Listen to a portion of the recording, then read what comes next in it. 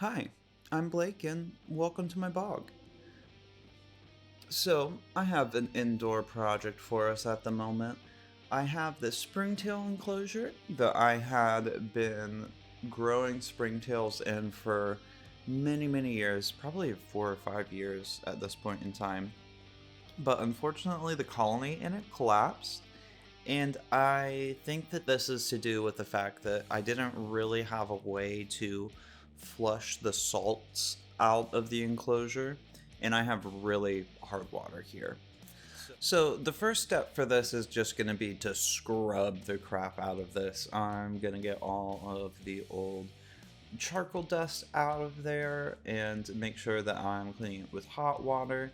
And then I'm also going to go in with some Lysol wipes to make sure that I'm sterilizing the entire thing and not carrying any diseases that may have been created in the last colony or acquired by the insects in the last colony into the new one.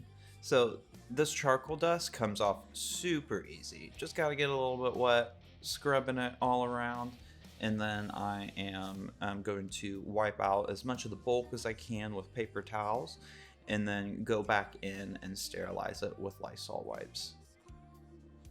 So the old charcoal that I pulled out of the springtail closure was just like crystallized with salt. So to upgrade the system, I am going to add in a spout to the springtail enclosure.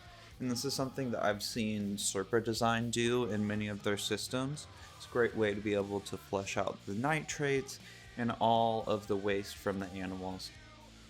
So I'm going to add a spout to this, clean it out really well, and then get a whole new colony of springtails moved into it.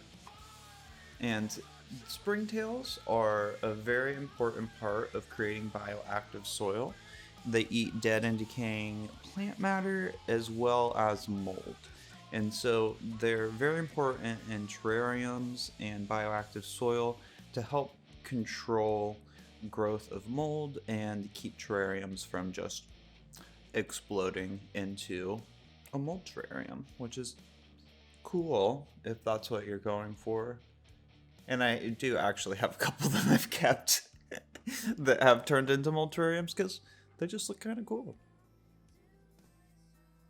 So you may be thinking, Blake, this is cool and all, but what the heck does this have to do with the deepest cave in the world?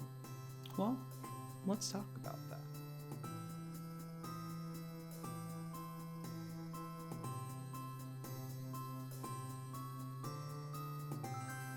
A group of international scientists wake up at the mouth of a cave.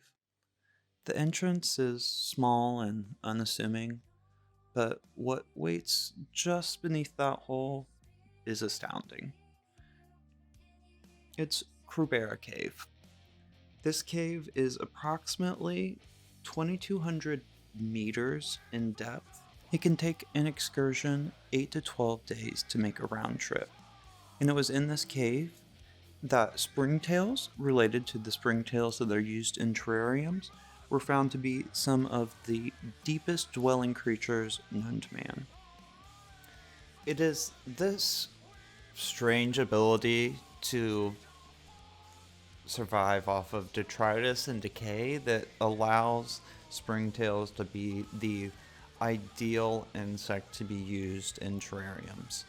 For these springtails to be able to get back out of the cave that they're living in, they would have to climb the Eiffel Tower, the Empire State Building, the Burj Khalifa, and would still not be at the entrance of the cave.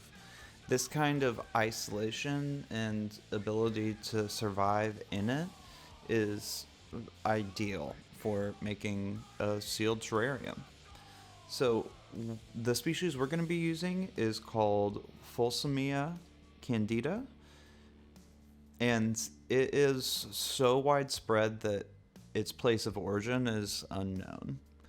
And another amazing fact about the species is that it reproduces via parthenogenesis, which means that unfertilized eggs that the female lays can develop into a fully functional organism. So, individual insects have been taken of the species and then used to develop entirely new strains of model organisms to be used in research. This strain isn't quite that unique, but it's pretty special to me. So, like and subscribe and follow along for more adventures in Blake's Pod.